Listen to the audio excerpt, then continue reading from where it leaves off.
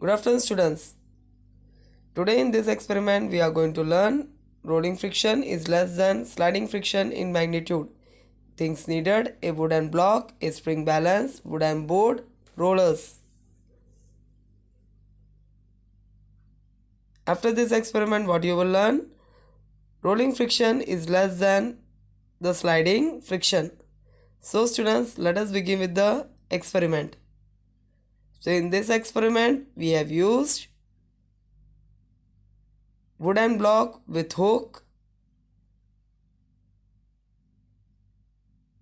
spring balance and wooden board.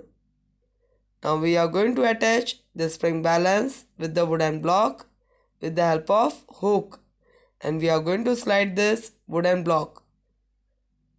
So as we are sliding this wooden block, so we are applying more force. Now we have converted it into a rolling friction by keeping this rollers, and again we are going to slide this wooden block with the help of spring balance. So you will see that we are applying less force to slide this wooden block. So what you have learned? That rolling friction is less than sliding friction.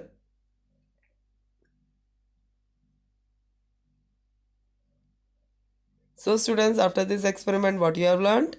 That rolling friction is less than sliding friction. Thank you.